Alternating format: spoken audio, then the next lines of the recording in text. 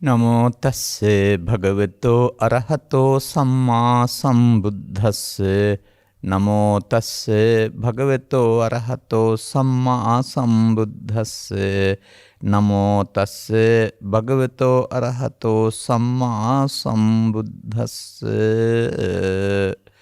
චත්තාරෝ මේ භික්ඛවේ කාලා සම්මා භාවියමානා සම්මානුපරියවත් අනුපරිවත්තියමානා අනුපුබ්බේන ආසවානං කයං පාපෙන්ති තී. ධර්මානුශාසනාවෙහි සදහැබර අනුග්‍රහ කළාගත්යව දරුවා වූ සහ මේ මොහොතේ අපට සවන් දෙන්නා වූ සදහැබර පින්නතනේ අනුග්‍රහක බවතුන් මෙන්න මෙහෙම මාතෘකාවක් ඉදිරිපත් කරලා තිබෙනවා. සෝවාන් වීමට ගිහියන්ගේ කාර්යභාරය සහ ඒ සඳහා පෘථග්ජන අප කළ යුතු දේ මොනවාද?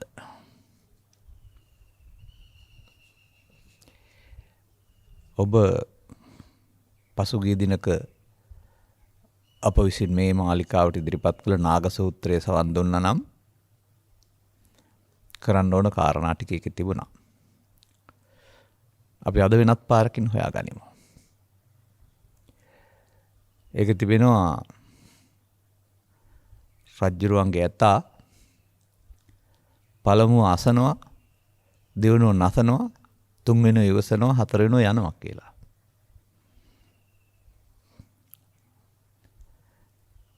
කන් දෙක යොමු කරලා කරන්න ඕනේ දුකරනදී ඉස්සර වෙලා අහනවලු. සටනක් සම්බන්ධයෙන් යතා තියානින්නේ. අනතුරුව ඒ අනුව නසන්න ඕන දේවල් නසනවලු. ඉවසන්න ඕන දේවල් ඉවසනවලු. යන්න ඕන තැනට යනවලු. ඒකෙත් මේ කතාව තිබුණා. නමුත් මේ අංගුත්තර නිකායේ චතුක්ක නිපාතයයි මේ ද්විතීය කාල සූත්‍රයයි 2013 සමග 3 සිට මා සමග මාධ්‍යවල ඉන්නා වූ අය නැත්නම් අප සමග ඉන්න අයට මේක ජනප්‍රිය සූත්‍රයක්. මේතදී අපි භාවිතා කළේ නැහැ. ඔබට අපහුරු නම් මේක පැය දෙකක් විතර කාලයක් ධර්ම දේශනා කරමින් අපි ඉතා පැහැදිලිව කරුණු ඉදිරිපත් කළා. විතරක් නෙමෙයි ඒවා තිබෙන විවේචනත් ඉදිරිපත් කළා. නමුත් අද අපිට පැයයි තිබෙන්නේ. පැයට අපි අවශ්‍ය තැනට යන්න බලමු. මේක මේ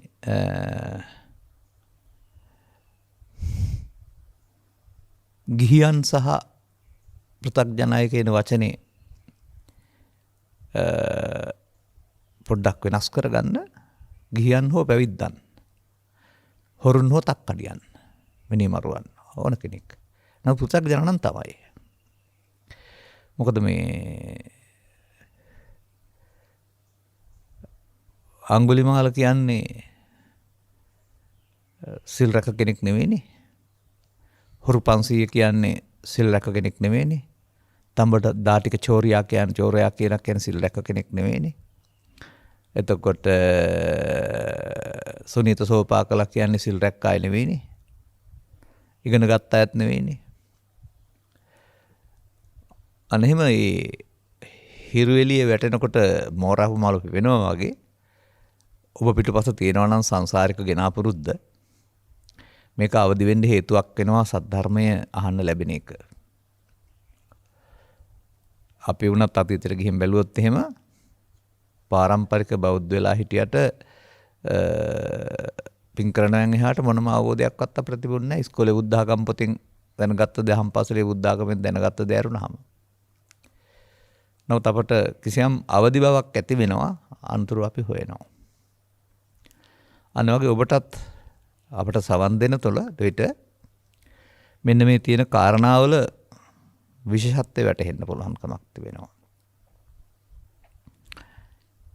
එතකොට ඕන කෙනෙකුට කැකුළු මල මෝරන්නට හිරු එළිය වැටෙන්න ආසේ, මෝරා පිපෙන මලට හිරු එළියම උපකාර වන්න ආසේ මේක ඉදිරි ගමනක්. මේකට අවශ්‍ය මලට හිරු එළිය වගේ කාරණා ටිකක් තමයි මේ පෙන්වන්නේ. චත්තාරෝ මේ භික්ඛවේ කාලා. එතන කාලා කියන එකේ තේරුම කුසල ධර්ම නැත්නම් අකුසලයෙන් වෙන් කරවන සත්පුරුෂ ධර්ම කියන එක. 4ක්. ඒ වගේ මේකේ තියෙනවා හැබැයි සම්මා භාවීය මාන. මිච්ඡා භාවීය මාන තිබිලා බෑ. මනාකොට භාවිතා කරන්නේ නම්. ඒ වගේම සම්මා අනුපරිවර්තය මාන. අනතුරු ඒක මනාකොට ඉතුරු නැතුව සම්පූර්ණයෙන්ම පරිපූර්ණ වශයෙන් අනුගමනය කරන්නේ නම්. ක්‍රමක්‍රමයෙන් සෝවාන් වෙනවා විතරක් නෙමෙයි. ආසවානං කයම් පාපෙන්ති කියන්නේ සකල ක්ලේශයන් ප්‍රහීන වීම දක්වා යන්න පුළුවන්කමක් තියෙනවා කියලා. ඒ පියවරෙන් පියවර යන ගමනක් කියලා පේනලා තිබෙන්නේ. මේක උදාහරණයකුත් වෙනවා. කඳු මුදුනකට ගලක් මුදුනට වැටෙනා වූ වතුර ගලේ තියෙන පුංචි වලවල් පුරවනවා. අතිරික්ත වෙන දේවල් පල්ලෙහාට යනවා. ගියාම ඊට පහලින් තිබෙනා වූ පුංචි වලවල් වලට එබ කියන වචනයක් පාවිච්චි කරලා තියෙනවා ඉස්සර ඔය වලවල් කියන අර්ථයට. කුඩා කුඩා වලවල් ලොකු ලොකු වලවල් පුරවන. එතකොට අතිරික්ත වෙන දේ ගිහින් ඇලට යනවා. ඇලින් කුඩා කුඩා නදී වලට ගංගා වලට ගිහින් මුහුදක් පුරවනවා. අර වතුර වැටෙන වතුර අතිරික්ත වෙන හරිය තමයි මේ යන්නේ. ක්‍රමික ගමනක් සාගරය දක්වා. ඉතින් මෙන්න මේ කාරණා 4 භාවිතා කරන්න වෙනවා. දැන් ඇතා යුද්ධයට යන්න ඉස්සෙල්ලා ඇහුවනේ. ඒ වගේ ඔබ මොකද කරන්න ඕන කියන කාරණාව පිළිබඳව වටහා ගන්න වෙනවා. මේකේ පැහැදිලි කරව දාරනවා පළවෙනි එක. මතක තබා ගන්න තවත් වචනයක්. සම්මා භාවීය මාන. මේ සමාජයේ මෙතෙක් මේ අඩුපාඩුවක් තිබුණා. තාමත් තියෙනවා. සම්මා භාවීය මාන නැහැ බොහෝ විට. මොකද මේ තථාගත බුදුවරු ලෝට පහළ වෙලා මිනිසා විසින් දුකටපත් වන්නේ වුන් විසින් අනුගමනය කරන්නා වූ අනුසෝතගාමී ප්‍රතිපදාවේ වරදින් විනා ලෝකේ නිසා නෙවෙයි කියලා තේරුම් ගත්තා. ඒ වරද හදන්න උන්වහන්සේලා කියලා දුන්නා. එතකොට ක්‍රමික ප්‍රතිපදාවක් මගින් සියලු දුක් කෙලවර කරන ජීවිතය තුළ සැනසීම ලබා දෙන මාවතක් බුදු සමය කියලා කියන්නේ. නමුත් සමහරුන්ගේ උපකල්පනය ජීවිතෙන් එහා පැත්තට ලැබෙන දෙයක් නෙවෙයිම කියන්නේ. සමහරුන්ගේ උපකල්පනය පෙරම් පුරාගෙන ගියාම අනාගත බුදුරය ලැබෙන දෙයක් උපකල්පනය කියන්නේ. සමහරුන්ගේ උපකල්පනය බණ තියෙන්නේ මිය ගියට පින් දෙන්න. තාමත් මේ රටේ මේ තේමාවේ ඉන්න අය ගොඩක් ඉන්නවා. නමුත් නිවසට වැඩම කර දෙන දානයකින් පරිස්කාර පූජාවකින් අනතුරු තථාගතයන් වහන්සේ අනුමෙනි බණ දේශනා කරනවා. ඒක තමයි ත්‍රිලෝකුඩ සූත්‍රයේ සියලු චාරිත්‍ර ටික තිබෙන්නේ. ඒ තමයි මියගිය ඥාතීන්ට පින් දෙන නිල පුණ්‍ය කර්මය. අදටත් මේක මේ රටේ ඕන තැනක කරන්න පුළුවනි. තථාගතයන් වහන්සේ ගමින් ගමට වැඩම කරමින් කළ දේශනාවල, ගස් යට කළ දේශනාවල, ශාලාවල කළ දේශනාවල අවසානයේ අර ත්‍රිලෝකුඩ සඳහන් පුණ්‍යානුමෝදනාව කරලා නැහැ. දන්වලඳා අවසානයේදී මේ විපාක වාරය මියගියාට සහ දන් දුන්නාට ලැබෙන හැටි අනුමෙවැනි බණ. Taman දුකටපත් වෙන හැටි සහ ඒකට හේතු සහින් ගැලවිලා ජීවත් වෙන හැටි පැහැදිලි කරන එක අනුමෙවැනි බණ නෙවෙයි. ඒක නිවන් මඟ හෙළි කරන ධර්ම දේශනා. ඒක අදත් ඒ පූජනීයත්වයට අපි පත් කරන්න ඕන. මේ පෘථග්ජන සමාජයේ අනුන් කරනවට යම් කරන්න දේවල් කරන්න ගිහින් බුදුබණත් Taman ඕන පැත්තට ඇදගෙන යාමේ වරද තාමත් කරමින් ඉන්නවා. ඒ පූජනීයත්වයේ කෙලසමින් ඉන්නවා. අන්න දැන් මේකේ පෙන්වලා තියෙනවා කරන්න ඕන වැඩේ. කාලේන ධම්ම සවනම් පළවෙනි කාරණය. පෘථග්ජන ඔබ මොකද කරන්න ඕනේ කියලා නේ අහන්නේ. සුදුසු කල්හි බණ අසන්න ඕන. අතන කාල කියන්නේ කුසල, මෙතන කියන්නේ කාල කියන්නේ සුදුසු කල්. ඉතින් මේක පිළිබඳ විස්තර ගොඩාක් තියෙනවා. ජීවත් වෙලා ඉවර වෙලා නෙවෙයි බණ අහන්න ඕන. මේකෙම පවතිනවා පරිහාන ධම්මං ඕබික්ක වේදේසිස්සාමි කියලා මේ සූත්‍රයක්. ධනෙන් ශරීර සෞඛ්‍යෙන් පිරිහීම නෙවෙයි, ඔබේ සිත ලෝභයෙන්, ද්වේෂයෙන්, මොහෙන් පිරියාම තුල පිරිහෙනවා. මේක ළමා කාලේ පටන් මහලු කාලය දක්වාම සිදුවෙන දෙයක්. ඒක නෙවෙයි රාග වේපුල්ලන්, ද්වේෂ වේපුල්ලන්, මෝහ වේපුල්ලන් කියලා. විපුලත්වයට බලවත් වීම. අනේ මොලවත් උණයින් පසුව අස්කරණ එක හරි අමාරුයි. ඒ නිසා බලවත් වෙන්න පෙර පාර වැරදි බොහෝ දුර යන්න පෙර පාර අසා ගන්න එකනේ කරන්න ඕන. පාරක් තියෙනවා ඔහේ යනවා ගිහින් වැරදි බව දැනගත්තාම ආපහු එන්න වෙනවා අනිවැරදි කරගන්න. ඒ වගේ කෙලසුන් බහුල කරගත්තාම දුක් 1000ක් තියෙනවා නම් 1000ම අයින් කරන්න වෙනවා ආපහු දුකට හේතුව. නමුත් 25 30ක් නම් තිබෙන්නේ ඒක ලේසියි. ඒ නිසා තථාගතයන් වහන්සේ ප්‍රමුඛ ශ්‍රාවක පිරිස කලුකෙස් සුදු වෙන්න පෙර තාරුණ්‍යේ නව යෞවනයේම තපසට හෙවත් තපසට කියන එකේ තේරුම සිවුරු පොරවගෙන කැලේට ගියා කියන එක නෙමෙයි මේ ක්ලේශයන් ප්‍රහීන කිරීමේ මාර්ගය ගත්තා. මා දකිනවා අපටත් මේ ජීවිතය තුළම ජීවිතයත් සමගගෙන යා යුතු හැකිතාක් ඉක්මනින් ජීවිතයට එකතු කරගත යුතු දෙයක් කියලා. නමුත් පවතින සමාජ රටාව තුළ පුණ්‍ය මාර්ගික ජීවිතයක් ගත කරලා නැත්නම් පාප මාර්ගික ජීවිතයක් ගත කරලා අනතුරුව විශ්‍රාම ගියයින් පසුව රැකියාවෙන් දරුවන්ගෙන් මුණුබුරන්ගෙන් නිදහස් වුණෙන් පස්සේ බණහඬ යන අර බමුණු දහමේ තිබුණා වූ වානප්‍රස්ත ජීවිතය තමයි අපටත් එකතු වෙලා තිබෙන්නේ. මේ පිරිහෙන්න ඕන තරම් ඈතට පිරිහිලා ජීවිතය තුළ ඊට පස්සේ බණ හොයන්න යන එක. මෙන්න මේ පිටුව වහන්න ඕන දැන්. අලුත් පිටුවක් පෙරලන්න ඕන. මේ වැරදි ආදර්ශය දරු පරම්පරාවට නොදිය යුතුයි. සිල් ගන්න නාක වෙනකන් ඉන්න ඕන, පින් කරන්න නාක වෙනකන් ඉන්න ඕන කියන එක වෙනුවට ජීවිතයේ අනුගමනීය ප්‍රතිපදාව නොදැනීම තුළ මුල සිටම චිත්තාභ්‍යන්තරයේ කුණු ගොඩකින් පිරී යනවා. කුණු පිරෙන්න ගඳ ගන්නවා වගේ ඒ කුණු වල ගන්ධය තමයි ඊට පස්සේ සමාජයට කෙලෙස් දුර්ගන්ධය කියලා එන්නේ. ඒ නිසා කාල කියන වචනේ මෙතන සුදුසු කාල කියන වචනේ තවත් ගන්න පුළුවන් පැති වගේක් තිබෙනවා. ඒක මෙහෙමයි කියන්න පුළුවන්. බුදුවරු ලෝ පහළ වී දහම් දේශනාවකට සිටියේදී ඒ දහම්හි සවන් දී තේරුම් ගන්න පුළුවන් හැකියාව මේ ලෝක විශ්වයේ ඉන්න සත්වයින් අතර කොටස් 8කට නැහැ. ඒවට කියන අෂ්ට දුෂ්ටක්ෂණ. මිනිසත් බව ලැබ ඔබේ කන් ඇස් හොඳට තිබෙනවා නම් අන්න ඔබ තමයි ඒ පැත්තෙන් ඒ දුෂ්ටක්ෂණ 8න් මිදී ලබාගත්ත මනුස්ස උත්පත්තියේ ඉන්න කෙනා. ඒකත් එක සුදුසුකමක් කාලයක් සුදුසු කල. තවත් කාලයක් මම දකිනවා අක්ඛන සූත්‍රය තුළ මේ වැඩේ කරන්න පුළුවන් කවුද කියන එක පිළිබඳව. මේ සමාජයේ නම් හිතන් ඉන්නවා දෙවියන්ටත් මේක කරන්න පුළුවන්, දෙවියොත් බණ අහනවා, දෙවියොත් පින් කරනවා කියලා. ඒ වුන්ගේ අවබෝධය තරම. කරනවා නම් ආය අනුමෝදන් කරන්න ඕනේ නෑ. බ්‍රහ්මයින් කියන්නේ සමාධිසෝයේ ගෙවා ගනිමින් ඉන්න අය. දෙවියන් කියන්නේ කළා වූ පිනේ විපාක විඳිමින් ඉන්න අය. අපාගත සත්‍යයන් කියන්නේ කළා වූ පාපේ විපාක විඳින. මේ සේරම මෙහෙන් ගිය අය. එතකොට පාපකාරී සත්වයාට ඒ විපාක විඳිනවා වරුණාම ඊට එහා හොයන්න තේරෙන්නේ නැහැ. පුණ්‍යකාමී සත්වයාට දුක තේරෙන්නේ නැහැ. ඔහු සැප නෙවිඳින්නේ. දැන් මේ බුදු සමයේ දුක දැකලා හේතුව දැකලා නැති උතන දැකලා මාර්ගය යන්න ඕන. දුක දකින්න ඕන. දෙවියෝ කියලා කියන්නේ නිවන් සැප විඳිනවා කියලා හිතාන පුණ්‍ය විපාක විඳින කෙනෙක්. ඒ නිසා ඔහුට මේ සැප දුක දෙක නැහැ, සැප විතරයි. ඒ නිසා ඒක අතහරින්න ඔහුට තේරෙන්නේ නැහැ. ඕනකමක් නැහැ.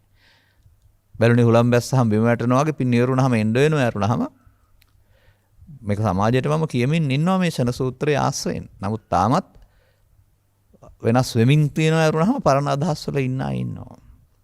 ඒක පෙන්නනවා මහණෙනි ඔබට ලාභයක්. ඒ ලාභය මොකක්ද?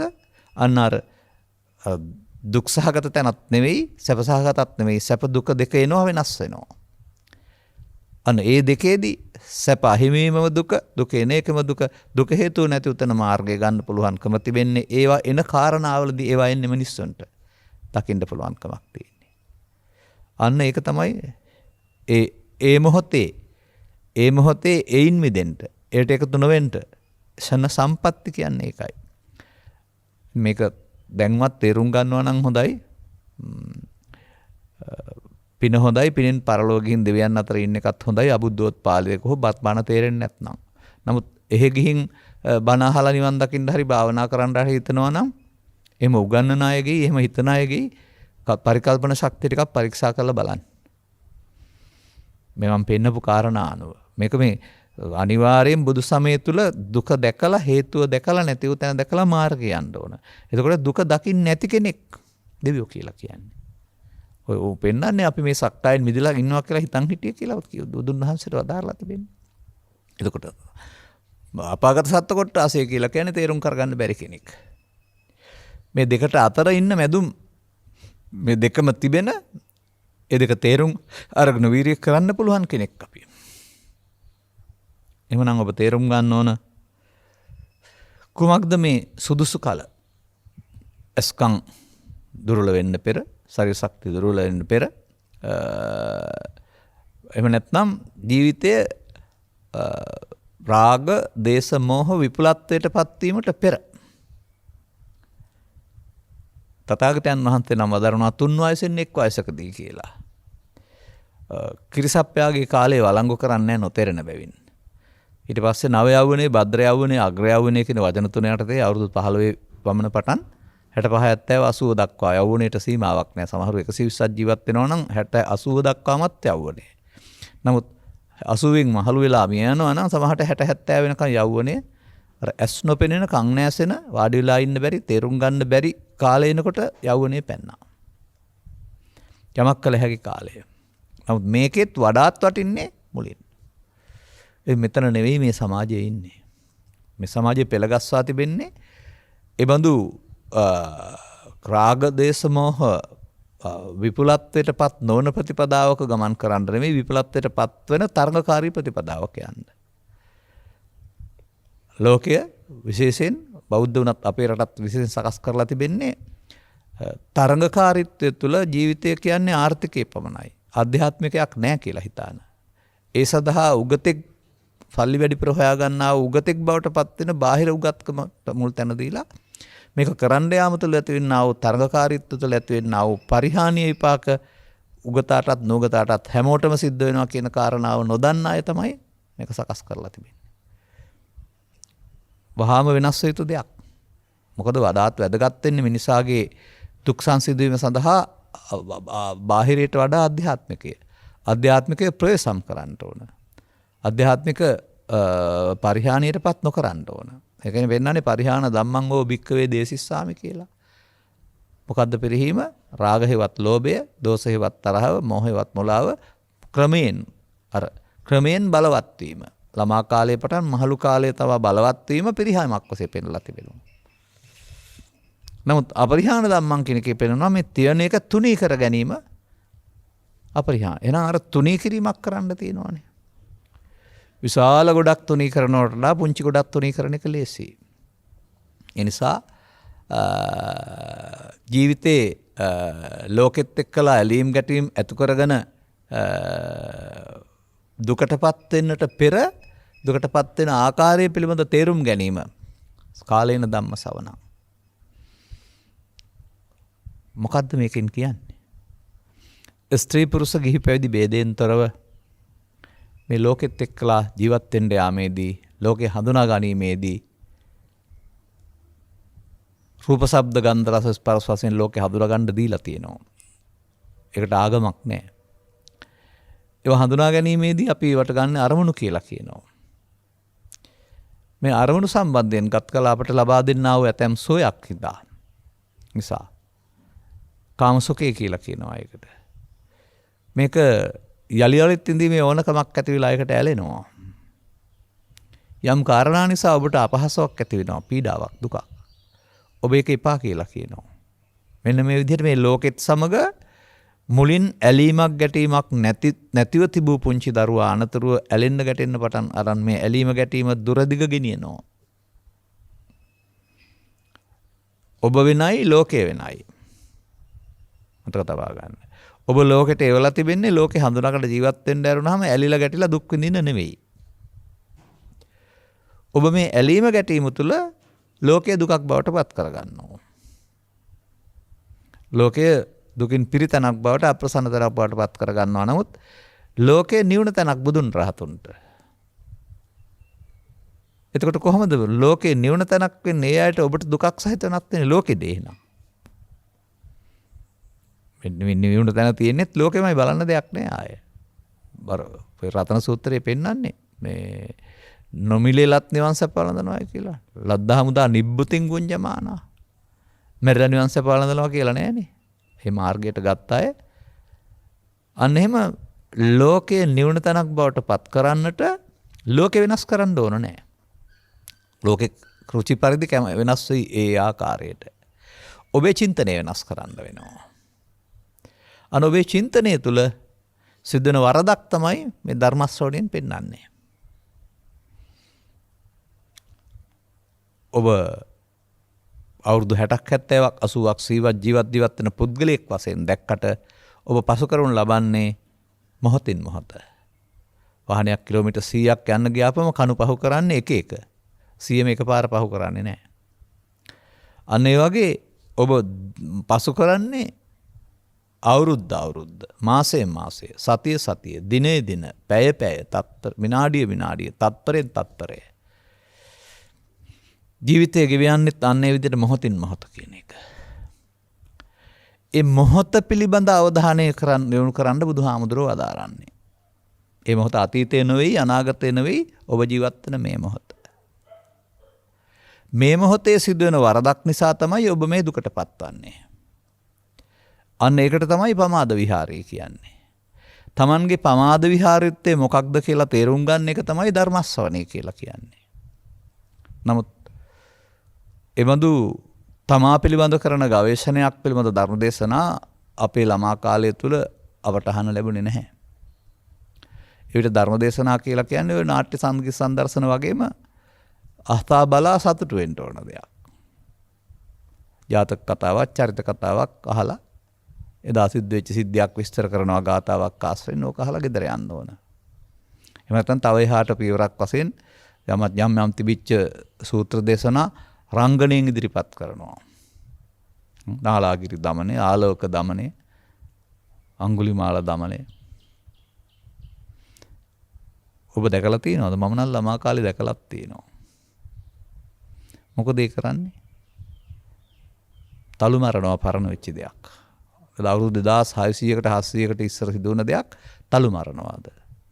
ඔක කොතරම් තලු මරුවක් දැන් ආපහු පණ දෙන්න බෑනේ. අතීතයක් විතරයි. අන්න එහෙම අපේ ධර්මදේශනාවල තේමාව ගීතෙන් සංගීතෙන් නැටුමෙන් ලබන සතුටක් බවට පත්තුන යුගයක් තිබුණා. එතකොට බුදු සමය පෙන්වන්නේ කාමයේ හිස් අසාරව දැවගෙයින් මිදෙන්න. ඔබ යොදා ගන්නවා කාමයේ විඳින්න. ලෝකේ හැමතැනමත් කාමයේ විඳින්න තියෙනවා, ධර්මයත් ඒකට යොදා ගන්නවා.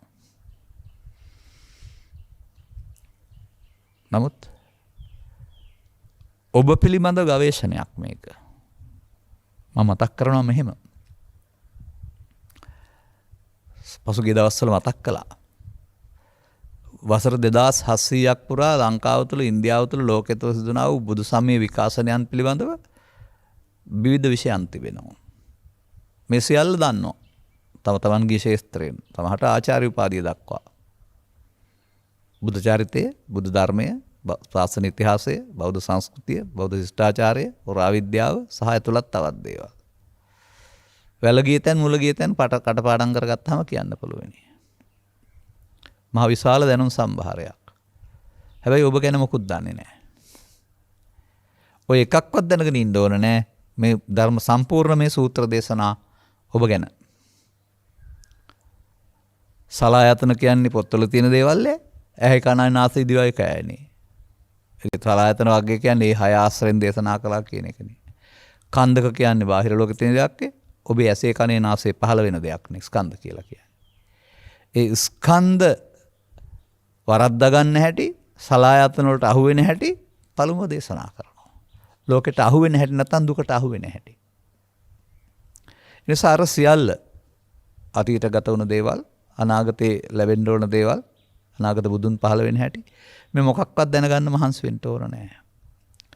ලබාගත් ජීවිතයේ ඔබ ෂණ සම්පත්තිලාභියෙක්. ඔබ දැන් කරන්නේ මොකද්ද? කරන්න ඕන මොකද්ද කියලා තේරුම් ගන්න. කරන එකේදී ඔබ මේ හැම මොහොතෙම මේ මොහොතේ කරන්නේ ඇසෙන් කනෙන් නාසෙන් දිවෙන් කයෙන් අරමුණු ගන්න එක. ලෝක ජීවත් වෙන්න මේව හඳුනා ගන්න අරමුණු ගන්න වෙනවා. නමුත් අරමුණු ගැනීමේදී ඔබ ඒ අරමුණට අදාළ අගයක් හිතේ තබා ගන්නවා, හරි හෝ වැරදි හෝ හොඳ හෝ නරක කියලා. ඒ නිසා අරමුණ පහළ වෙලා නැති වෙලා යන්න දෙන්නේ නැතුව අරමුණට එකතු වීමක් සිදු වෙනවා. රූපයට, ශබ්දයට, ගන්ධයට, රසයට, ස්පර්ශයට ලොබ බඳිනවා, ඇලෙනවා, දොස බඳිනවා, ගැටෙනවා, මොහ වෙනවා, මුලා වෙනවා. ඒ මුලා වෙනවා කියන පදෙන් පෙන්වන්නේ ඒ ආපු දෙය තමන්ට සිදු වුණා වූ යහපතක් අයහපතක් ආදී වශයෙන් මමත්වෙන් ගන්නවා. වේගයෙන් යන බස් රථයක ඉන්න කෙනෙකුට තමන්ට මුණ ගැසෙන්නා වූ දෙපැත්තේ වැටවල් වේගයෙන් පස්සට යනවා වගේ පේනවා. බලන් ඉන්න බෑ. අනිවාර්යෙන් යා යුතුයි ඒවා. අන්න ඒ වගේ මේ අරමුණු ඉතා වේගයෙන් ඇවිදින් යනවා. නවත්තන්න බෑ. නමුත් ඔබ ඒවා කෙරෙහි ලොබ බැඳීමේදී ඒක නවත්තා ගන්න හදනවා. ඇලීම මුලාව. ඇලීම මම බවට පත් වෙනවා. ගැටීම මුලාව මම බවට පත් වෙනවා. අන්න ඒ විදිහට ඒ මොහොතේ එන අරමුණු කෙරෙහි ඇති කර ගන්නා වූ ඇලීම ගැටීම මුලාව තුල ඔබ ඒ මොහොතට එන දෙයට මම එකතු කරනවා. කය නෙවෙයි මම, මාන්න නෙවෙයි මම, එන හැඟීමට ඇලීමෙන් ගැටීමෙන් එකතු වීමෙන් තමයි බුදුන් වහන්සේ වදාරන්නේ සසරට බැඳෙන සංයෝජනය වෙනවා කියලා පෙන්වන්නේ ඒකයි.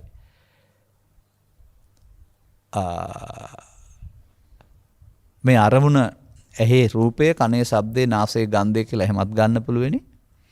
අරමුණ තුල තව විග්‍රහය ඇස තුල කන තුල අරමුණ රූපය, විඳින එක වේදනාව, හඳුන එක සංඥාව, බැඳෙන එක සංකාරය, විඥානය කියලා ගන්නත් පුළුවෙනි. ඒක පහළ වෙන්න ඕන ඒ පහ සක්කාය.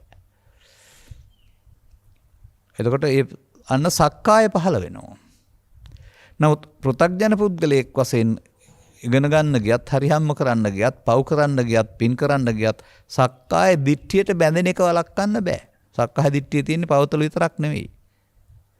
පව මමත්වෙන් ගත්තාම සතරට බැඳෙනවා, පින මමත්වෙන් ගත්තාම සතරට බැඳෙනවා, ධානය මමත්වෙන් ගත්තාමත් ඕරම් භාග්‍ය සංයෝජන වලින් කාම ලෝකයට බැඳෙන්නේ නැහැ. නමුත් රූපී අරූපී මමතල වලට ඒත් බැඳෙන්නේ සක්කාය නිසා. කාය දිට්ඨි නිසා. ඒකට සක්කාය දිට්ඨි කියන්නේ නැහැ රූප රාග නැත්නම් අරූප රාග කියනවා. ඒ ගැන ඔබ හොයන්න ඕන නැහැ. ඔබ ඉන්න තැන බලන්න. එතකොට මේ සක්කාය දිට්ඨියට බැඳෙන එක ළමා කාලේ ඉඳලා මැරෙන කල්ම සිදුවෙන දෙයක් නම් ඒකෙන් දුක වැඩි වෙන්නේ. දැන් බුදුදහමේ පෙන්වන්නේ සක්කාය පහානය. බැඳෙන එක නවත්තන්න පටන් ගන්න ඕන. අන්න සවන් දෙනවා අර ඇතාර සවන් දෙනවා වගේ මේක බැඳෙන ආකාරය තේරුම් ගත්තාම. ඒක පරිහාන ධම්මං ඕ භික්ඛවේ දේසිස්සාමි. දැන් ගැලවෙන ආකාරයේ අනුගමනීය ප්‍රතිපදාවක් තියෙනවා. එහෙමනම් කුමක්ද මේක වෙන්න ඕන කාරණාව? කාලේන ධම්මං ශ්‍රවණං කියන එකේ තේරුම මේ කරුණු පැහැදිලි කරන තේරුම් ගත හැකි, පරිශීලනය කර හැකි ග්‍රන්ථ තිබේ නම් ඒ වාස්ත්‍රයෙන් හෝ තේරුම් ගත හැකි. මොකද සමහර දේවල් භාෂාව තේරෙන්නේ නැහැ සිංහල පරිවර්තනවල. එහෙම නැත්නම් ඒවා මනවින් පැහැදිලි කරන බුද්ධ පුත්‍රයෙකුට සවන් දීම තුලින් හෝ ඔබව තේරුම් ගන්න. ඒකට ඔබේ ස්ත්‍රීත්වය, පෞරුෂත්වය, එහෙම නැත්නම් ගිහි බව, පැවිදි බව කියන මේවා ප්‍රශ්නයක් කරගන්න එපා. ඔය කාටත් තිබෙන්නේ අස කන නාසය දිව කය. ඇඳුම් වලින් වෙනස් වුණාට. ඔය හැමෝටම පහළ වෙන්නේ ඇසේ කනේ නාසයේ රූප වේදනා සංඥා සංකාර විඥානක නිස්කන්ධ පංචකය. හැමෝම කරන්නේ පෘථග්ජන භාවයේදී ඔකට එන දේ මමත්වෙන් අරන් පංච උපාදානස්කන්ධය හදාගන්න එක. දැන් සංකිට්ඨේන පංච උපාදානස්කන්ධ දුක්ඛාන්න පංච උපාදානස්කන්ධය හදාගත්තාම දුක් වෙන්න පටන් ගන්නවා. ජීවිතය දුකයි කියලා නෙවෙයිනේ පෙන්වන්නේ. අන්න මේ උපාදානය කරගන්න එක ළමා කාලේ පටන් මහලු කාලය දක්වාම පෘථග්ජනයා අතින් සිදුවෙන හිරවීම වරද. ඒකට තමයි පමාද විහාරී කියන්නේ. ඉතින් පමාද විහාරීත්වයේ පවතින පවතල විතරක් නෙවෙයි. පින තුලත් පවතිනවා පෘථග්ජනයාගේ. පින හොඳ වුණාට පමාද විහාරත්වයේ පවතිනවා. මන්දයත් ක්‍රමෙන් රාග වේපුල්ලං, දේශ වේපුල්ලං, මෝහ වේපුල්ලං කියන මේක චිත්තාභ්‍යන්තරයේ බලවත් වෙලා ආපහු එන්න ගන්නවා. චිත්තාභ්‍යන්තරේ සංගව ගත්තාම දිවා රාත්‍රි දෙකේ මේකෙන් එන්න ගන්නවා. මේ එන එකට කියනවා තරහ එනවා, වෛර එනවා, කපා ගන්න හිතෙනවා, කොටා ගන්න හිතෙනවා, මරා ගන්න හිතෙනවා, පලි ගන්න හිතෙනවා, විනාශ කරන්න හිතෙනවා, සුන්නද්දූලි කරන්න හිතෙනවා. ඔය එකක්වත් හිතනද ඔබට පුංචි කාලේ? මට සිදුවෙන්නා වූ වාසියක් හේතු කොටගෙන සහ අවාසියක් හේතු කොටගෙන මේ වැඩේ ඔබට කරන්න සිද්ධ වෙනවා. ඒ නිසා ඒකට කියනවා චිත්තාභ්‍යන්තර ගත කිරීමෙන් උපදින විට uppannam කාම විතක්කං, uppannam ව්‍යාපාද විතක්කං, uppannam විහිංසා විතක්කං. ඔබ තැබූ දේවල් උපදින්න ගන්නවා. දැන් මේවා පාවිච්චි කරන්න ගියාපුවම තියෙන දුක, සමාජයේ තියෙන සියලු ව්‍යවුල් තුලින් දකින්න නැවත ඉපදීමේ දුක තමයි විඳින්නේ. චිත්තාභ්‍යන්තර ගත කළා වූ හේතුවකින් හටගත්තා වූ රාගයේ, දේශයේ, මෝහයේ දුක තමයි මේ සියලු විවාහ සංස්ථා තුළ, දේශපාලන සංස්ථා තුළ, සහෝදරින් අතර පෞල් ජීවිතයන් තුළ, තවත් ඕනෑම තැනක් තුළ පවතින සියලු ගැටුම්. මේ චිත්තාභ්‍යන්තර ගත කරන ලද රාග වේපුල්ලත්වයේ, දේශ වේපුල්ලත්වයේ, මෝහ වේපුල්ලත්වයේ නැත්නම් ත්‍රිවිධ විතර්කයේ ප්‍රතිඵල. මෙන්න මේක කියලා දෙන එක තමයි පෙන්වන්නේ ඔබ දුකටපත් වෙනවා, අමාරුවේ වැටෙනවා. අන්නර ඇත අහගෙන ඉන්නවා වගේ දැන් මේ වෙන වැරද්ද අහගෙන ඉන්න වෙනවා. දැන් මේ පරිහාන ධම්මං ඕ භික්ඛවේ දේසිස්සාමි. දැන් ඔය පාරේ ගියොත් පව් සිද්ධ වෙන්න පුළුවන්, පින් සිද්ධ වෙන්න පුළුවන්, පව් වලට විපාක වෙනම තියෙන්න පුළුවන්, පින් වලට විපාක වෙනම තියෙන්න පුළුවන්. නමුත් රාග දේශ මොහයන්ගෙන් වැඩෙන එක පෘථග්ජනයා තුළ පව් කළා කියලා පින් කළා කියලා වෙනස් වෙන්නේ නැහැ. පව්කාරකමේ වැඩියෙන් වැඩෙනවා. පින් කරන්න ගියාමත් පිනත් තරඟකාරීත්වයට ගියාම පින නිසාත් වාද විවාද කරගන්නවා, තරහ වෙනවා, නැත්නම් මිනිත් පරා ගන්නවා. එහෙමයි. ඒක තමන් ඉන්න ශේස්ත්‍රය තුළ තමයි තරඟකාරීත්වය පවතින්නේ. අධ්‍යාපනය තුළ වෙන්න පුළුවනි, වෙළඳාම තුළ වෙන්න පුළුවනි, මත්ගුඩු වෙළඳාම තුළ වෙන්න පුළුවනි, ආනයනය තුළ වෙන්න පුළුවනි, ඕන දෙයක් තුළ.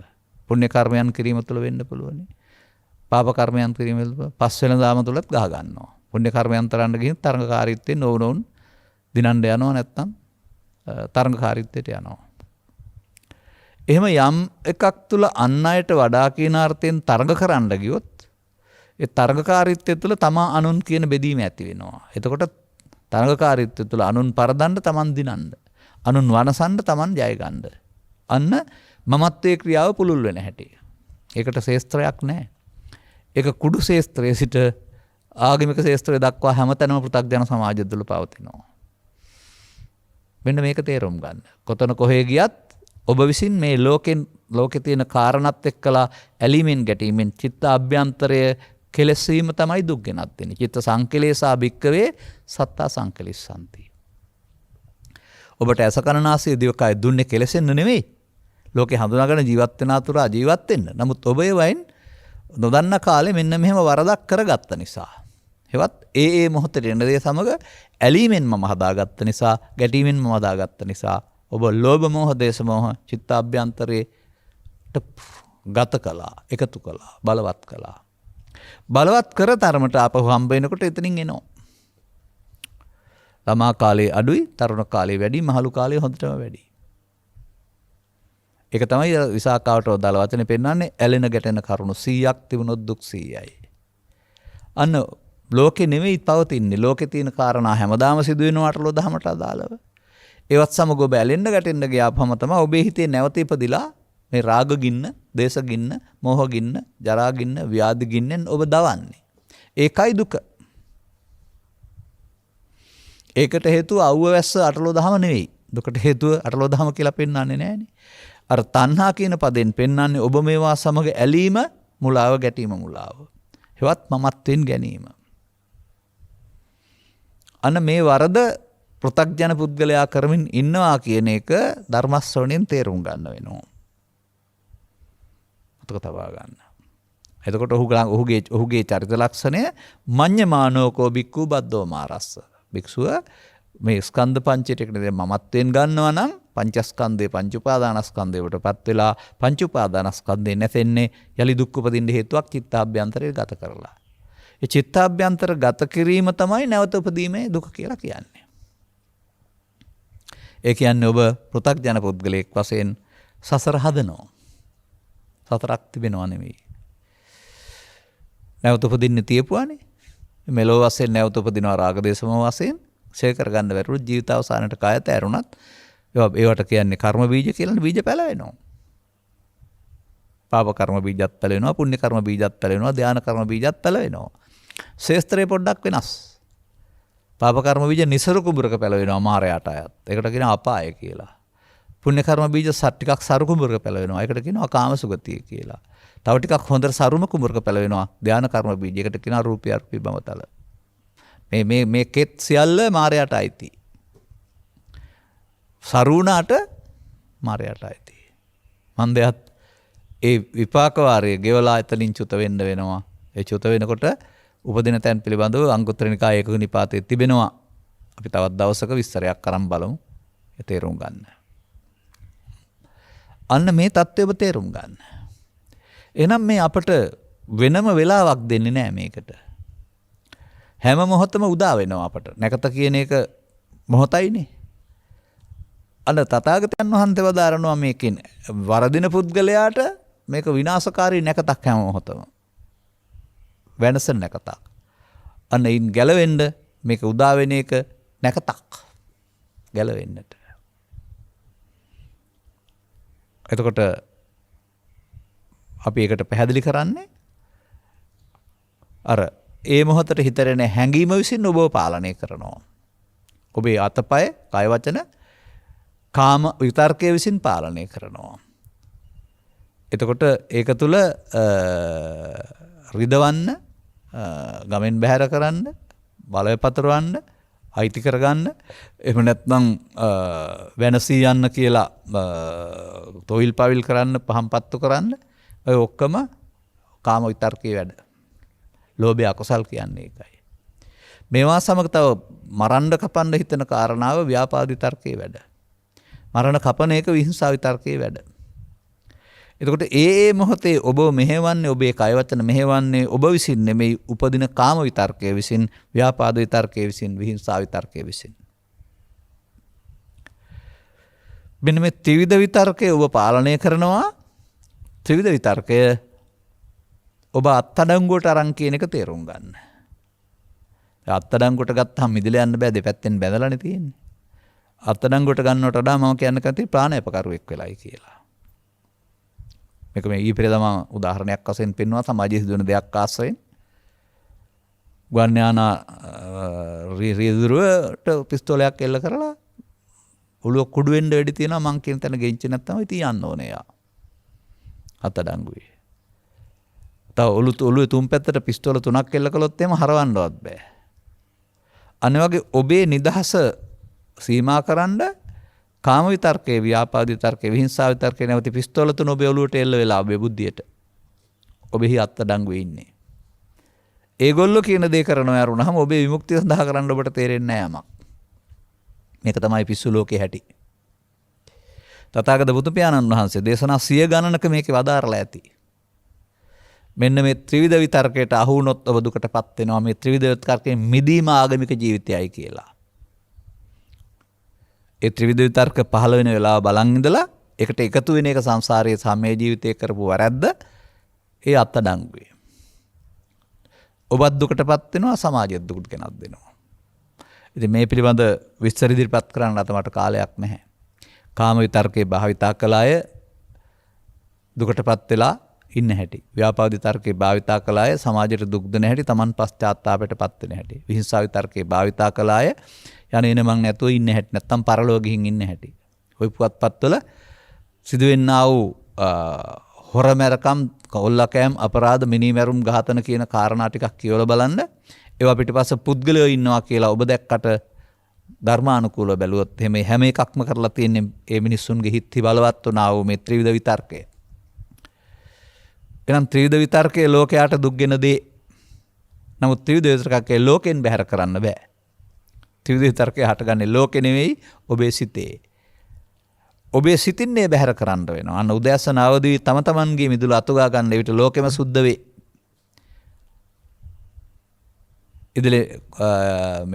ඉදලේ කූරු ටික අතට අරගෙන මිටෙන් උලුක් කරලා අනිත් කෙනාට අතුගා ගන්නෑ කියලා බැන්නට වැඩක් වෙන්නේ නැහැ. එයත් එහෙමනම් කරන්නේ හැමෝම අනුන්ව බැන බැන ඉන්නවරම අතුගා ගන්නෙ නැහැ. නමුත් කූරු ටික පාතට හරවලා මිටින් අල්ලලා අතුගා ගත්තොත් කාටවත් බනින්න ඕනේ නැහැ. මුළු ලෝකෙම එක උදෑසනට සියලු මිදුල් අතු ගෑවෙනවා. අන්න එහෙම Taman පිළිබඳ සොයා බැලීමක් මේක. නිසා මේ ආගමික ජීවිතෙන් ඈතට යන්න බාහිර ආගමක් තියන් හිටියට පේන්න මේ ත්‍රිවිධ විතර්කයේ බලවත් වෙනකොට සමාජය දුකටපත් වෙනවා, සමාජය පිරිහෙනවා. මේක අපි විඳලා අපේ ජීවිත කාලය තුලම අපි දැකලා තියෙනවා. තවදුරටත් මේ පෘථග්ජන සමාජයේම බලවත් වෙනකොට තවදුරටත් මේවා ඉහළ යනවා වරුණාම හොයන සැප, හොයන සෞභාග්‍ය ලබා දෙන්න හම්බ වෙන්නේ නැහැ. මෙහි ලෙඩේ තියෙන්නේ එතන. යම් පරිපාලන වෙනස් වීම තුළ 1%, 2%, 5%, 10% සමාජගතව පවතිනා වූ දුකට පිළියම් ලැබෙන්න පුළුවන්. ඒ කියන්නේ නැති බැරිකම් පිළිබඳව, ජලයේ විදුලිය දුරකථන මහා මාර්ගවල හිඟිය පිළිබඳව පිළියම් ලැබෙන්න පුළුවන් නිවාස. නමුත් කවදාවත් චිත්තසංතානගත දුක කියන එක සංසිද්ධවන්ට වෙන කාටවත් බෑ. පාලකින්ට බෑ, මව්පියන්ට බෑ, කාටවත් බෑ. ඔබනේ හදාගත්තේ. අන්න දැන් ආපහු යන්න පටන් ගන්න වෙනවා. මේ කාලේන ධම්මසවණං කියන්නේ මේක තේරෙනවට. වහන්සේ අදාළ දේ මට තේරුණා. අද පටන් මම තෙරුවන් සරණ ගිය උපාසක කෙනෙක්ට සලකනවා කියලා ඉල්ලලා හිටින්නේ අර බුදුන් වහන්සේගේ. දැන් අනුසෝතගාමී වෙලා බෑ අනිත් පැත්තට යන්න ඕන. අපහාන සංඥා පාවිච්චි කරලා බෑ පහාන සංඥා පාවිච්චි කරන්න වෙනවා. මමත්වෙන් අරන් බෑ එකතු වෙලා බෑ. ඒක අතාරින්න වෙනවා. ඒකට නැකත මේ මොහොත. ඇසෙන්ද, කනෙන්ද, නාසෙන්ද, දිවෙන්ද, කයෙන්ද නැකත උදා වෙනවා. සිවුරියව්වෙත් නැකත උදා වෙනවා. ඒ වගේම කාම විතර්කයේත් නැකත උදා වෙනවා. ව්‍යාපාද විතර්කෙත් නැකත උදා වෙනවා. විහිංසාව විතර්කෙත් නැකත උදා වෙනවා. ඒවා නැති මොහොතක තිබෙන ඔබේ සංසුන් බව මතක් කරගන්න. මොනම අවුලක්වත් නැහැ නේද? ඒවා ආවහම නේද අවුල් කරන්නේ. එහෙනම් ඒවට ඔබ පාලනය කරන්න දෙන්න එපා. තථාගතයන් වහන්සේ කුමක් දෙයකට පැහැදිලි කළා වදාරන්නේ. නාදිවාසේති පජහති විනෝදේති බ්‍යන්ති කරෝති අනභවං ගමේති. උපන් එකට එකතු වෙන්නේ නැතුව ඉන්න. එකතු වෙන එක තමයි සංසාරේ කලේ ජීවිතෙත් කලේ. එකතු වෙලා පවත්තලා බැඳිලා දැනුත් අවුලක් හදාගත්තා. ඉදිරියටත් අවුල හටගන්න චිත්තඅභ්‍යන්තරයට හැංගුවා. පෘථග්ජන පුද්ගලයා කරන දේ. අන්න බුදුන් වහන්සේ කන්ති කියන පදෙන් නිවසීම කියන පදෙන් මේ හටගත් එක ක්‍රියාවට නගන්න, කායවට නගන්න නැතු වෙන්න විශාල වීරියක්, ශක්තියක්, සතියක් පාවිච්චි කරලා. තරහ විතරක් නෙමෙයි ඉවසීම කියන්නේ හැම එකක්ම ඉවසීම. කාම විතර්ක, ව්‍යාපාද විතර්ක තුනම ඉවසීමට කන්ති කියලා කියන්නේ. ඉතින් මේ පිළිබඳව පසුගිය කාලවකවානුව තුළ කරුණු පැහැදිලි කිරීමේදී අපට සවන් දුන්න අය ඉදිරිපත් කරපු ප්‍රශ්නයක් තියෙනවා. මොකද අපි කරන්න ඕන? මොකද වුන්ට මේ දේවල් වලට එකතු නොවීම නැමැති විදර්ශනාවක් පැහැදිලි කරන්න නැතුව අරමුණක් අරගෙන වාඩි වෙලා ඉඳගෙන කරන සමතයක් නැත්තම් වැඩක් කරන්න උගන්වපු එකක් තිබුණේ. ස්වාභාවික උපදින දෙයට අමතර අමුතුවෙන් යමක් කරගෙන යට කරගෙන ඉන්න එකක්. ඒ යමක් කරන්න පුරුදු නැයට අපිනුත් යමක් කරන්න ඉල්ලනවා. නමුත් ඉස්සර කළ දෙයට එකතු නොවී ඉන්න එකයි කරන්න තියෙන්නේ කියන කාරණාව අපි පැහැදිලි කරලා තිබෙනවා. දැන් බොහෝ දෙනා තේරුම් ගන්නවා. කිරීම නෙමෙයි භාවනාව කියන්නේ නොකිරීමට. භාවනාව කියන්නේ වඩනවටනේ, නොකිරීම. එතකොට එහෙමනම් ලෝභ නොකිරීම, ද්වේෂ නොකිරීම, මෝහ නොකිරීම. අකුසලයෙන් වෙන්නේ මේ කුසලයෙන් පෙන්නන්නේ. එතකොට ඒ මොහොතේ කරන්න ඕන වැඩක්. ආල්තෙන් ඒකට පොයේ දවස කියලා හරි වෙනම වෙලාවක් කියලා හරි එන්නේ නැහැ. එතකොට මාසෙට එක දවසයි නැත්තම් දවස් කිහිපයක් විතරනේ. නමුත් මේ හැම මොහොතම නැකත උදා වෙනවනේ. ඒක මේ ත්‍රිවිධ විතර්කයක් නැත්තම් ඔබට කරන්න දෙයක් නැහැ. තිබෙනවා නම්, උප්පන්නන් නම්, ඉපදුනා නම් ඒකේ තිබෙනවා පරණ පාරේ නොයන්න. අන්න මේ තන සියුම්ම මෙතෙන්ද ගෝචරය වෙනතුරු ඔබට ධර්ම ශ්‍රවණය කරන්න වෙනවා. අනතුරුව කාලේන ධම්ම ශ්‍රවණං ඊට පස්සේ අන්න තවත් ගැටලු දැන් තිබෙනවා නම් ස්කන්ධ පංචකේ පිළිබඳව ගත් කල ස්කන්ධ පංචකේ වරද්දාගත් ආකාරයන් සමාජයේ පවතිනවා. ස්කන්ධ පංචකේ කය කියන තැනේ පටන් ස්කන්ධ පංචකේ රූප ශරීරය කියන තැන පටන් වැරදි ආකාරයට භාවිතා කිරීම තුළ මෙතෙන්ට එන්න බැරි වෙලා තිබෙනවා. ඒකට ස්කන්ධ පංචකේ වරද්දාගත්තාම කොහොමද ආත්ම වශයෙන් බලන්නේ? ආත්ම වශයෙන් බලන්න නම් ස්කන්ධ පංචකේ දැනගෙන නෙවෙයි මිනිස්සු සමාජය කරන්නේ. ඒක දැනගන්න ඕන නැහැ. නමුත් රූපේදී රූප තණ්හාව, ශබ්දේදී ශබ්ද තණ්හාව, ගන්ධේදී ගන්ධ තණ්හාව, රසේදී රස තණ්හාව, පොට්ටබ්බේදී පොට්ටබ්බ තණ්හාව. ඒවා දුර වෙන්න ඕන ඒ මොහොතේදී. අනේ දුර වෙන ප්‍රතිපදාවට යන්න ඕන. නමුත් තවත් සාකච්ඡා කාලේන ධම්ම සාකච්ඡා කියන එකේ තේරුම ඔය මටත් සමහර අය ධර්ම ශ්‍රවණය කළා ධර්ම දේශනා 2ක් 5ක් එහෙම අහලා මොන ගිහිලා සාකච්ඡා කරන්න අවසර ඉල්ලනවා. මම අහන්නේ ධර්ම දේශනා කීයක් අහලා තියෙනවද? 2යි 5යි. මං කියනවා නෑ. තව ටිකක් පුළුල් කරගන්න දැනුම. ධර්ම ශ්‍රවණය කළා. වෙන්න ඕන දේ වටහා ගන්න. ඊට පස්සේ ගැටලු තැන් ටිකක් සාකච්ඡා කරන්න බලන් ඉන්න පැය ගණන් ගන්න වෙලාවක් නැහැ කියලා. මේ රටේ ඉන්නවා ධර්ම දේශනා 50 100 1000 අහපු අය. අන්න ඔවුන්ගේ අහනකොට අහලා කතා කරලා කියනවා ගැටලුවක් තිබුණා බණ අහනකොට දුරු උනායි කියලා. ඒ විදිහට කතා කරන අය අපිට ඉන්නවා. ඉතින් මේ ලියුම් මෙවන අය ඉන්නවා. ලියුම් එව්වට ලියුම් ලියන්න වෙලාවක් නැහැ. නමුත් දුරකථන අංකයත් එක්කලා ඇහුවොත් ඒ මොහොතේම කතා කරලා දුක සැප විමසනවා අනිවාර්යෙන්ම. ලියුම් වලට කමක් නැහැ මම කියනවා. ඒ විතරක් නෙමෙයි වර්ණාති වෙනවා කවි තියෙනවා රස විඳින්න හරීම. එවනේ වයි. දැන් ඒ නිසා ඒ හැමෝටම ස්තුතියි. නමුත් දුරකථන අංකය දුන්නොත් විනාඩියකින් කතා කරහයි කාලය හරි වැදගත්. බලන්න නාලිකාව තුළම ධර්ම දේශනා කරන්න කොච්චර කාලයක් කැප කරන්න ඕනද කියලා. දිනපතාම ඔබට ධර්ම දේශනාවක් දෙකක් තුනක් අපි කරන්න ඕනනේ. ඒවා හොයලා බලන්න නැතුව පුළුවන් නේද? නිකම්ම වාඩි වෙලා කරන්න බෑ. ඒ ගැන කල්පනා කරලා ගලප ගන්න ඕන. සූත්‍රවල තිබුණාට ඒක කල්පනා පරිකල්පන ශක්තියෙන් ගලප ගන්න ඕන. තියෙන වචන පෙළියක් විතරනේ. මේ සඳහා වැඩිපුර කාලය කැප කරලා තියෙන්නේ අපි. ඔබට එහෙනම් ඕන කෙනෙකුට ඉල්ලපුවම නිදහස් නිවාඩු දවසක වෙලාව දෙනවා. ඒ ඉතිරි කටයුතු සඳහා. අර කාලේ නාස්ති කරන්න නෙමෙයි. එතකොට තව ටිකයි තියෙන්නේ අපට. මේ අන්න ඒ ගැටලු තැන් පිළිබඳව තමයි අපි ලෙහා ගන්න ඕන සාකච්ඡා කරලා ඒකයි අර වනාසා ඉවර වෙලා තවත් ගැටලු තැන් තියෙනවා නම් මේක වෙන්නේ නැත්තේ මොකද?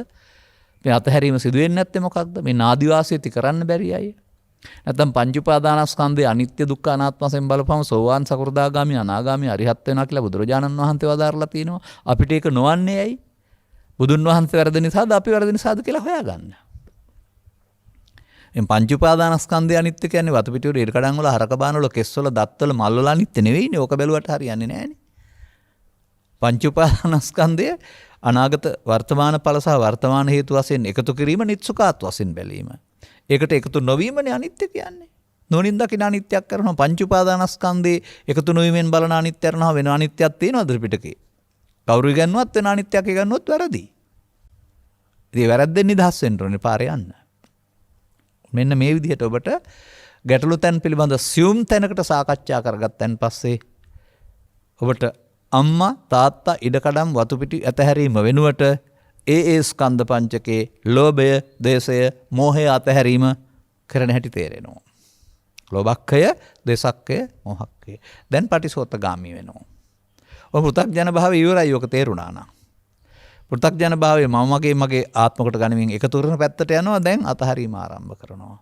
ඇඳුම මාරුනේ නෑනේ. මාතෘත්වයේ පීතෘත්වයේ සහෝදරත්වයේ මාරුනේ නෑනේ. දැක්ම විතරනේ මාරුනේ. දසනේන සම්පන්නෝ දිට්ඨිං චනුපගම්ම සීලවා. මිත්‍යා දෘෂ්ටියට නොපැමිණ රූප වේදනා සංඥා සංකාර විඥාන කියන මේ පහ මගේ ආත්මය කියන මිත්‍යා දෘෂ්ටියට නොපැමිණ නේතං මම නේතෝ හමස්වෙන් නමේසෝ අත්තානම් වූ වචන වලින් පෙන්වන්නා වූ අල්ලා නොගැනීමෙන් මමත්වයට නොබෙදෙන බව තේරුම් ගත්තාම දැක්මෙන් යුක්ත වෙලා. දැන් ඉතින් මොහොතක් පාසා කාම විජු බව අතහරිනවා. කාමයේ විනේය ගේදං ගිජු බව.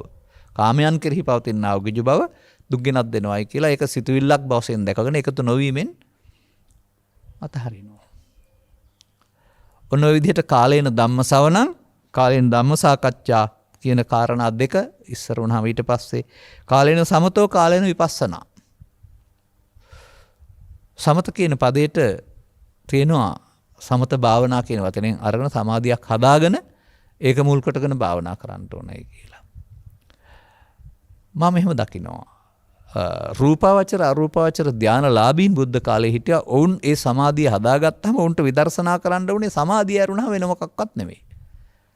ඒ ධානය. ඔහු ධානයයි ඔහුගේ මම වෙලා තියෙන්නේ. අපිට යම් ආකාරයකට අවුල්යුල් වැඩි නම් පොඩ්ඩක් සංසුන් වුණාට කමක් නැහැ. නමුත් සංසුන් වෙලා ඉන්න නෙමෙයි කියන්නේ.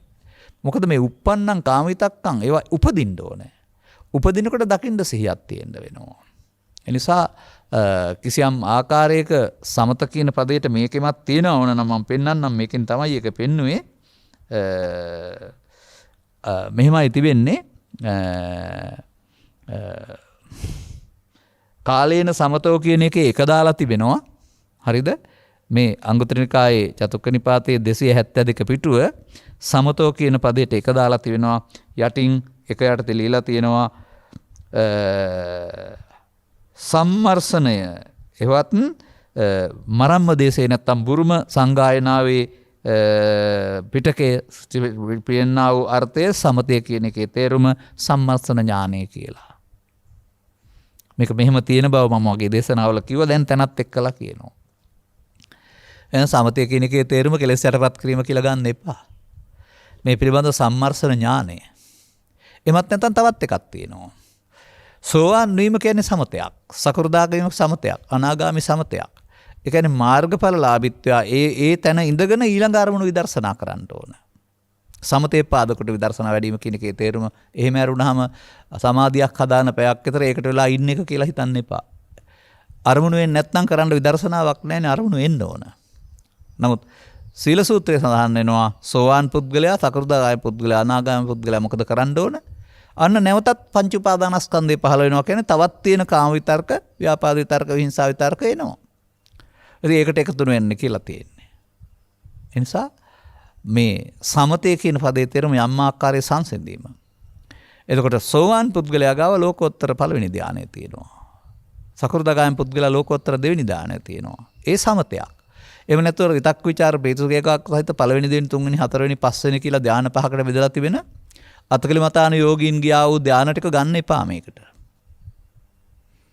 ඒක මම පැහැදිලි කරලා තිබෙනවා ධාන වර්ග දෙකක් තියෙනවා කියලා තාගතයන් වහන්සේ වෙනුවට උන්වහන්සේගේ බුද්ධ පුත්‍රයින් කෙනෙක් වදාරලා තියෙනවා කියලා පැහැදිලි කරලා. ඒක තේරුම් ගන්න. ඒ මොහොතේදී සංසුන් බවක් ඇති වුනහම කෙලෙස් නැති බැවින් ධාන විරාගිකයි තමයි. නමුත් ඒක කෙලෙස් නැති බැවින් සහ යටපත් වූ බැවින්. ඒ නිසා සසුන් පරිබාහිරයක සම්බන්ධයෙන් ගත්තාම බොජ්ජංග විප්පයුක්ත බොජ්ජංග රහිත ධානයක්. සාසනික වශයෙන් ගත්තාම මාර්ගයේ බොජ්ජංග සහිත ධානයක්. එතකොට බොජ්ජංග රහිත ධානයේ සසුනින් පරිබාහිරයි බොජ්ජංග විප්පයුක්තානි බාහිරකානි බොජ්ජංග සම්පයුක්තානි අරිය පුද්ගලානි. අර අරිය පුද්ගලානි කියන්නේ සෝවාන් සකෘදාගාමී. ඒගොල්ලෝ ගාව තියෙන ධානය වෙනයි අර්ථ වෙනයි. මේ දෙකක් බව තේරුම් ගත්තායි බොහොම අඩුයි රටේ මතක තියාගන්න. එකක් වශයෙන්මයි තවත් කල්පනා කරන්නේ. අන්නේ ගැඹුරු තැන් ලියා ගන්න. දැන් මොකද්ද කාලේන විපස්සනා කියන්නේ එහෙනම්? ඒකට අවදි වූ තැන් පටන් නින්දට යනතුරු ඇසට කනට නාසයට දිවට කයට ගැටීමයි සුදුසු කාලය. සතර ඉරියව්වේදී ඔබට ඉරියව් හතරයි මේ ලෝකේ පවත්වන්න තිබෙන්නේ. සතර ඉරියව්ව පාවිච්චි කරමින් ඔබට ආයස කටයුතු කරමින් කටයුතු වලට බාධාවක් නැහැ. කටයුතු වලට බාධා වෙන්නේ මේ විතර්ක. මොකද විතර්ක වලට එකතු වෙන්න ගියාපුවාම වැඩේ කරන ගමන්ම මෙන්න මේ විතර්ක එනකොට ඒකට එකතු නොවෙන්න දියුණු කරන සිහියක් ඔබ වඩන්න වෙනවා. ඒකටයි සතිය කියලා කියන්නේ. ඒ සතියට තමයි මෙනවා පේන්නේ සහ වළක්වන්න පුළුවන්, මිදෙන්න පුළුවන්කමක් තියෙන්නේ. සතිය නැත්නම් එකතු වෙනවා. අන පෘථග්ජනයාට සතිය නැති බැවින් ඔව් මේකට එකතු වෙලා ගහගෙන මරාගෙන කපාගෙන කොටාගෙන ප්‍රශ්නේ ඉවර කරගන්නේ නැහැ. සසරටත් ගෙනියනවා. හිරගෙදරට ගිහින් මලවුන් අතරට ගිහින් තව එහාට හදා ගන්නවා. ඒ ප්‍රමාද විහාරිත්වය. ඒකට එකතු නොවීම තුළ තිබෙනා වූ වටිනාකම අර අවුල් සියල්ල ඇති වෙන්නේ නැහැ. වගේම සිතනුත් මේ විතර්කයේ බැහැර වෙනකොට සිත සංසුන් වෙනවා කියන එක තේරුම් ගත්ත පුද්ගලයාට ඒ මොහොතේ ඒකට එකතු වෙන්න නෙවෙයි ඕන. දැන් සුදුසුකල් අවදි වූ තැන් පටන් තියෙනව නේද? විපස්සනා කරන්න ඕන කෙස් අනිත්‍යයි ලොම් අනිත්‍යයි කියලා නෙමෙයි. උපන් කාම විතර්කය, උපන් ව්‍යාපාද විතර්කය, විහිංසා විතර්කය මම මගේ ආත්මකට නොගන්නේ නම්, එකතු නොවන්නේ නම්, මම එකතු වන්නේ නම් මම මගේ ආත්ම, එකතු නොවන්නේ නම් මම නොවේ, මගේ නොවේ, මගේ ආත්ම නොවේ. එකතු වන්නේ නම් නිත්‍ය සුඛ ආත්ම, එකතු නොවන්නේ නම් අනිත්‍ය වශයෙන් බලන එක. බොහොම ටිකයි බුදු සමය. මම එකයි කිව්ව අවුරුදු 2700ක ඉතිහාසය දැනගන්න ඕන නෑ. මෙන්න මේ ඔබ ගැන පරිේෂණ කරලා මෙන්න මෙතනයි මේ පමාද මධ්‍යස්ථානය, මෙතනයි නොපමා මධ්‍යස්ථානය කියලා ඉගෙන ගන්න. ඉතින් අර පැය දෙකක කාලයක් විස්තර කළා වූ ධර්ම දේශනාවක් පැයකට කරන්න ගියාපම සාරාංශ කරන්න වෙනවා. ඒ නිසා විතරම් විස්තර ඉදිරිපත් කළේ නෑ. සමහරට සවන් දුන්න අයට පැය දෙකක් දේශනාවල රසවත් සිද්ධි ඕන තරම් මම කියලා තියෙනවා. නමුත් අද අපි අදාළ ආකාරයට පැහැදිලි කළා. අන පෘථග්ජනය මොකද කරන්න ඕන? මෙන්න මේක තේරුම් අරගෙන තමා පිළිමත වටහා ගන්න. අර අනිත් ආගමික දැනුම උගන්වන්න හරි රස්සාවක් කරන්න හරි මොනවට හරි වැදගත් වෙන්න පුළුවන්. නමුත් මේක දන්නේ නැත්නම් ඒක වෘත්තියක් බවට පත් වෙනවා. මේක දැනගත්තොත් අර මොකක්වත් දැනගන්න ඕනේ නැහැ. ඇත්තටම බුදුන් උපන්නද කියලාවත්, ඉන්දියාවේද ලංකාවේද හිටිය කියලාවත් දැනගත්තේ නැතුවට කමක් නැහැ. ඒක හරි වුණත් වැරදි වුණත් කමක් නැහැ. මොකද බුදුන් පහළ වුණේ ඔබ පිළිබඳ හොයලා දෙන්න. ඔබට ඔබ තේරුම් ගන්න පුළුවන් නම් ඒ බුදුන් පිළිබඳ පුද්ගලයා උපන් තැන් වෙනුවට බුදුන් හමු වෙනවා. සෝවාන් ආදී මාර්ගඵල පිළිවෙලින් ඔබ යන්නේ බුදුන් වෙත. අන්න ඒ බුදුන් වෙත යන පාරට ඔමකුත් දැනගන්න ඕන නෑ. ඒ නිසා මෙන්න මේක ගන්නකොට මොකද වෙන්නේ බලන්න. මේ සමාජයේ උදේ පටන් රැ වෙනතුරු සහෝදර සහෝදරියන්, අඹුව සහ සැමියා, ගුරුවරයා සහ ශිෂ්‍යයා, එහෙම නැත්නම් සේවකයා සහ ස්වාමියා, එහෙම නැත්නම් පාරිභෝගිකයා සහ වෙලෙන්දා, මේගොල්ලෝ අතර ඇතිවෙන්නා වූ මේ විතර්ක නේද මේ ලෝකේ අවුල් කියන්නේ. ප්‍රශ්නයක් විසඳ ගන්න බැරුව දුර්දිග ගෙනියන එක නේද? ඒ ඔක්කොම දරා ගන්නවා නම් අන්න අය කෙරෙහි ආදරය නේද දක්වන්නේ සමාජය කෙරෙහි. සංසිඳව ගන්නවා. සංසුන් ලෝකයක් හැදෙන්නේ නැද්ද? මැරිලා නිවන් ලැබලා මේ ලෝකේ සංසුන් වෙනවද? අනාගත බුදුන් වහන්සේගේ අසාසනේ නිවන් ලැබලා මේ ලෝකේ සංසුන් වෙනවද? සජීවී දහම වර්තමානයේ ක්‍රියාත්මක වෙලා ලෝකේ සංසුන් කරන්න ඕන. එතකොට ඔබ නොසන්සුන් කරන ලෝකේ ඔබම සංසුන් වෙනකොට ලෝකේ සංසුන්. මෙන්න මේ මග ගන්න. තවත් ධර්ම දේශනා වුණ තරම් අපි කරනවා. ඒ වගේම මේ එක දෙයක් පැයක් විස්තර කරන වෙලාවල් තිබෙනවා. දැන් මේක වුණත් සමහරට මේ පැය 4ක් ගන්න තිබුණා මේක 4. වෙනම. කාලේන ධම්ම ශ්‍රවණං එකක්, කාලේන ධම්ම සාකච්ඡා එකක්, කාලේන සමතෝ එකක්, කාලේන විපස්සනා තවත් එකක්. 4කට අරන් කිව්වනම් හොඳට පැහැදිලි වෙනවා. ඒ නිසා මෙන්න මේ කරුණු තේරුම් ගන්න. එතකොට පෘථග්ජන කියන වචනේ මේ ස්කන්ධ පංචකය පිළිබඳව දන්නා මමත්වෙන් ගන්නා කියන අර්ථය. ඇඳුම නෙවෙයි. ගිහි කතාව නෙවෙයි තිබෙන්නේ. පෘථග්ජන ආර්ය පුද්ගලයෝ ඉන්නේ සිවුරතල විතරක් නෙවෙයි. ගිහි මේ ಭಾರತೀಯ සමාජයේ. ඔය චිත්ත ගහපති කියලා කතා කරන එක්කෙනා විශේෂයෙන් භික්ෂුන් වහන්සේලාට ඔබ වහන්සේලාගේ අවසරය ලැබෙනවා නම් කියලා කරුණු පැහැදිලි කරන්න තරම් දැනුමක් හිටපු අනාගාමී පුද්ගලයෙක්. මම පරලෝ ගියොත් නැත්තම් මම වෙයින් මිදුනොත් බුදුන් වහන්සේ වැඩ ඉන්න කාලේ බුදුන් වහන්සේ මං වෙනුවෙන් කියාවි මුල් සංයෝජන 5 අතහැරපු කෙනෙක් මම කියලා. එයා කරන ප්‍රකාශයක්. මේ තමන්ගේ අධිගමයේ තුල තමන්ගේ මේ ඇතුළත මේවා හිස් වෙනකොට නැති බව තේරෙනවානේ. ඒකනේ අධිගමයේ දැනෙනවා කියලා කියන්නේ. ඒ නිසා අදාළ කරුණු වටහා ගැනීමෙන් ලබාගත් ජීවිතයේ මේ ශන සම්පත්තිය අගේ තේරුම් අරගෙන මේ මොහොත එකතු කරන නැකත වෙනුවට අස්කර නැකත බවට පත් කරමින් අනුගාමී ප්‍රතිපදාවක් තුළින් තථාගත බුදු පියාණන් වහන්සේ වෙත යන්නට පරමාර්ථ වශයෙන් ගත් කල ධම්මකාය ස්පර්ශ කරන්නට ඔබට මෙම කරුණු පැහැදිලි කිරීම හේතු වාසනා වේවායි කියන සුභාශිංසනය කරමින් මම ධර්මානුශාසනාව මෙසේ අවසන් කරනු ලබනවා. මෙම උතුම් ධර්ම දේශනාව ප්‍රඥානාලිකාව තුළින් ප්‍රචාරය කිරීම සඳහා කැකිරාව සහ නොරගල්ලේ පදිංචි දූදරු පිරිසක් විසින් සදහැයි දායකත්වය දරා තිබෙනවා. ඊට එහාට උන්ට නම් ජන කියව ගන්න ඕනකමක් තිබිලා නැහැ. අරමුණු අතර මේ උතුම් ධර්ම දානින් ජනිත වන්නා වූ කුසලයේ 1997 ජනවාරි මාස 14 වන දින පරලෝසපත් වුණා වූ JAG ලොකුමැණිකේ මහත්මියටත් 1993 ඔක්තෝබර් මාස 23 වන දින පරලෝසපත් EL නිකොලස් සප්පුහාමි මහතාටත් පරලෝසපත් සොයුරියන් දෙදෙනා සහ සියලුම මියගිය ඥාතීන්ටත් අනුමෝදන් වේවා. භවගමන සැපවත් වී ඉක්මන් භවයකදී නිර්වාණ මාර්ගයේ පිණිස මෙම කුසලයේ හේතු වේවා. සියලු දෙනාට අනුමෝදන් වේවා කියන වචන වෙනුවට පින් බලාපොරොත්තු වෙන කෙනෙක් නැත්නම් අනුමෝදන් වේවා නැත්නම් ඔබේ පවුලට සැලසූ මෙහෙවරට උපහාරයක් වේවා කියන්න පුරුදු වෙන්න. බුදුන් වහන්සේ පැහැදිලි කරන්නේ හැම දිනාටම පින් දෙන්න පුළුවන් ඕන කියලා. පින් අනුමෝදන් විය හැකි සීමිත කොට්ටාසයක් තමයි පරලෝක ගියාම ඉන්නේ. උන්ට කියන්නේ තිරෝකුඩ ඉන්න නැත්නම් පරදත්ත උපජීවීන් කියලා.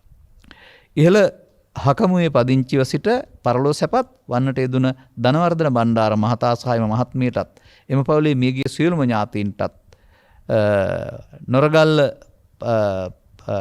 පරම වණ්ඩනාරාම විහාරස්ථානයේ වැඩ සිට අපවත් වී වදාළ ගෞරවනීය සාරානන්ද නායකයන්න් වහන්සේටත් ගුරුවැල්ල වජිරවංශ මහා නාහිමියන් වහන්සේටත් නොරගල්ලේ විනීත මහා නාහිමිපාණන් වහන්සේටත් මේ ධර්ම දානමේ උතුම් කුසලයේ අනුමෝදන් වී භව ගමන සපවත් වේවා.